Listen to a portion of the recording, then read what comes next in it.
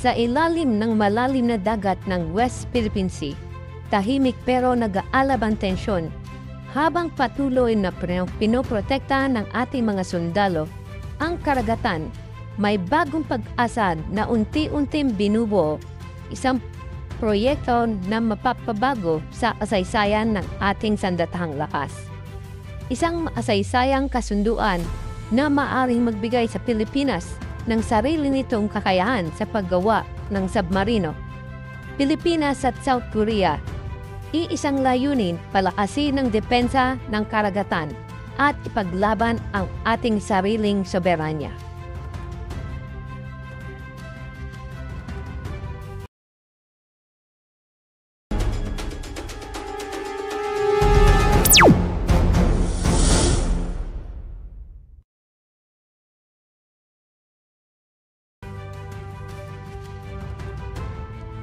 Mga ka-Friendly Talk TV, isang napakalaking hakbang naman ang binabalak ng ating bansa pagdating sa modernisasyon ng ating sandatang lakas. Ayon sa mga ulat, pinaplansa na ngayon ng Pilipinas at ng South Korea ang isang kasunduan na magbibigay daan sa pagtatayo ng submarine shipbuilding facilities dito mismo sa ating bansa.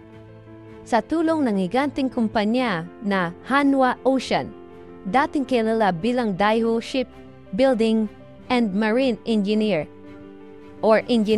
o DSME.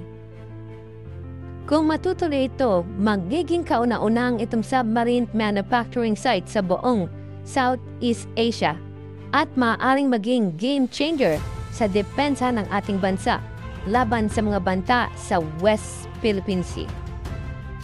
Ang Hanwha Ocean ay isa sa pinakamalalaking defense at shipbuilding ocean companies ng South Korea. Sila ang gumagawa ng mga makabagong KSS-3 submarine na ginagamit ng Korean Navy, mga submarinong may kakayahang magdala ng torpedoes, cruise missile at may kakayahang manatili sa ilalim ng dagat ng matagal gamit ang Advanced Air Independent Propulsion System. Ang planong kasunduan ng Hanwha at ng Pilipinas ay hindi lamang tungkol sa pagbili ng submarine, kundi pagtuturo at paglilipat ng teknolohiya sa mga Pilipinong inyero o mga manggagawa, upang unti-unti magkaroon tayo ng sariling kakayahan sa paggawa at maintenance ng submarine. Ano ang laman ng plano? Ayon sa mga ulat mula sa Defense Insider, nakatakdang magtatag ng Hanwha Ocean ng shipbuilding o maintenance facility sa isang mga strategic coastal area sa bansa, posibleng sa Subic Bay, sa Cavite o sa Batangas dahil sa malalalim na daungan at dating presence ng mga military shipyard doon. Kasama sa mga plano, una, pagtatayo ng submarine assembly at testing area. Sumunod, pagsasanay ng mga Pilipinong naval engineers at technician.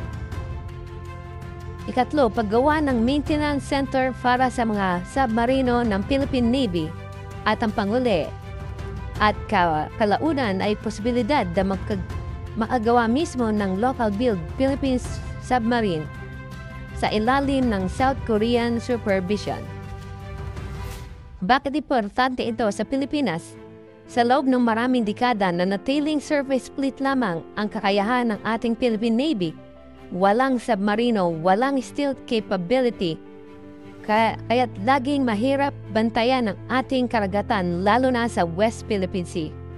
Sa pagpasok ng proyekto ng Hanwha, magbubukas ito ng bagong era ng Philippine Defense Modernization. Una, magkakaroon tayo ng deterrence capability laban sa mga banyagang puwersang na nanghihimasok sa ating karagatan. Pangalawa, lalaki ang popularidad sa local defense industry at mga trabaho may mataas at technical na antas. At ang pangatlo, ito ay magpapalakas sa strategic partnership ng Pilipinas at ng South Korea na kilalang kaalyado rin ng Estados Unidos. Ano ang geographical impact?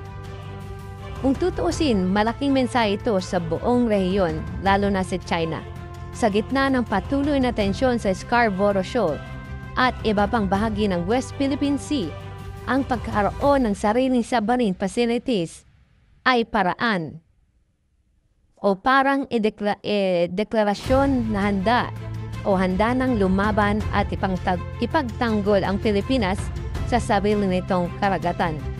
Ang South Korea naman ay nakikitang reliable ally ng Pilipinas dahil tulad natin may sarili ring karanasan sa panggigipit ng kanilang karatig bansa sa North Korea at merong alyansa ang Pilipinas at ang South Korea na nagkaroon ng pagtutulungan noong Cold War.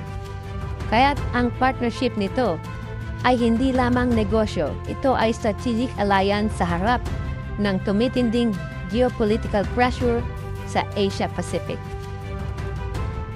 Sabi ng ilang defense analysts, kung matutuloy ito, maaring simula na ito ng Philippine submarine era. Maaring sa unang yugto, 2 submarino muna ang bibilihin ng Pilipinas habang sabay na itatayo ang pasilidad para sa mga susunod pang proyekto. May mga posibilidad ding gamitin ang Subic Bay Pre-Zone o Pre-Port Zone bilang base ng operation dahil sa infrastruktura ng mga US Naval Shipyard. Isa pa, may mga lokal na kumpanya na sa Subic na handang makipagtulungan sa Hanwha Ocean para sa engineering support at metal fabrication. Hindi lang sa militar ang makikinabang kundi pati ang ekonomiya. Magbubukas ito sa daang trabaho para sa mga Pilipinong skilled worker. Magkakaroon ng demand para sa local supplies ng bakal, electronics at marine component. At higit sa lahat, mabubuhay muli ang shipbuilding industry ng Pilipinas na minsan nang itinuturing sa pinakamalaki sa mundo noong panahon ng Hanjin sa Subic. Mga kapatid dito, malinaw na hindi na basta-basta papayag ang Pilipinas na apihin sa sarili nitong teritoryo. Sa tulong ng mga kaalyadong tulad ng South Korea, unti-unti nating binubuo ang pundasyon ng isang matatag na modernong bugdagat, hindi para sa digmaan, kundi para sa kapayapaan at karapatan. Kung matutuloy ang kasunduang ito ang magiging simbolo ng bagong lakas ng Pilipinas sa ilalim ng karagatan. Tahimik pero matindi, hindi nakikita pero handang lumaban kapag kinakailangan. Hanggang sa muli, ito po ang inyong Friendly Talk TV. Magandang araw, magandang gabi sa inyong lahat.